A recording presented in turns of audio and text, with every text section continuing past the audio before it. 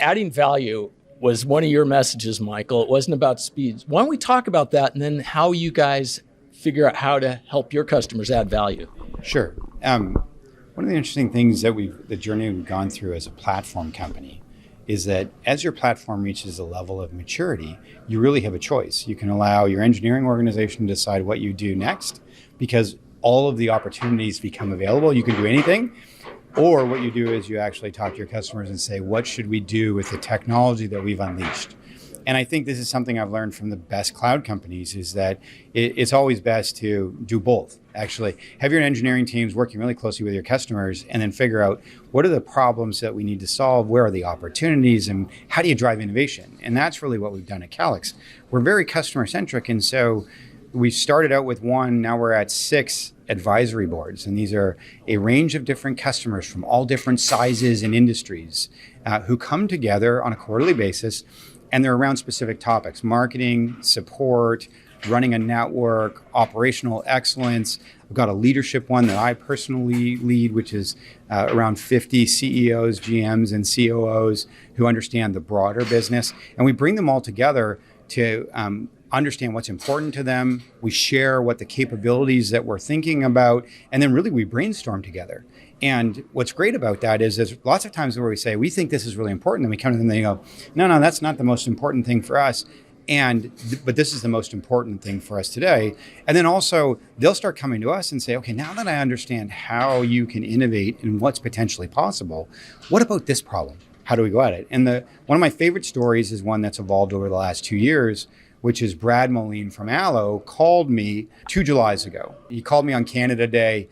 I was in Canada and I didn't return his call. So I called him on Monday, which was July 4th, and he actually picked up. So the irony is that he talked to me for an hour and a half when I wouldn't pick up on Canada Day. But then we got into this great conversation and I said, hey, why, he goes, I need to go get another drink. And I'm like, why is that? He goes, well, it's a holiday. And I'm like, oh, I'm so sorry, Brad. And I said, but he wanted to talk and he was thinking about children. And in his case, what he was thinking about was the digital divide and how through COVID, it really created a big gap between underprivileged children and the wealthy. Those who had parents who could afford broadband, who could afford a nice computer, who could afford a great monitor, right? They did really well when it was learn from home.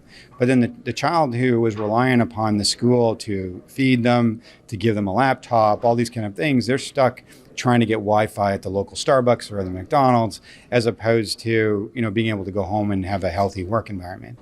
And he said, in this types of scenario, why can't we repurpose this significant investment that we've made in Wi-Fi routers and really turn those into small cells and create a ubiquitous mesh that education can leverage? And we were so enamored with it because our customers are very community-centric, right? 42% of all of our customers are not-for-profits. And this is the kind of thing that really resonates. How can I change my community? And so over 2 weeks, we spec'd it out. Can we do this? We absolutely believed that we could. And then the outcome was 8 months later, we completely moved our roadmap and delivered to them the first versions of that with the platform. And I'm proud to say now they've actually rolled it out to, I think it's 4 or 5 different schools. They continue to expand. They're working with their legislators. There's this huge opportunity to completely transform how we educate children. And that, from an innovation point of view, is the way to do it. It's a partnership between customers and our company. And we're really excited about that. And it's really evolved your product line too, because now you're looking at things community-wide type Wi-Fi, right? I can give you the exact opposite. So when we were first building the platform, and let's go back 5 years, we were launching our first Wi-Fi 6 router. We were the very first ones in the market. And our R&D organization and myself and some others, we made the decision with regards to what were the characteristics of what was going to be on that. And we really didn't consult with customers. What happened was we missed a whole bunch of things and they were super unhappy.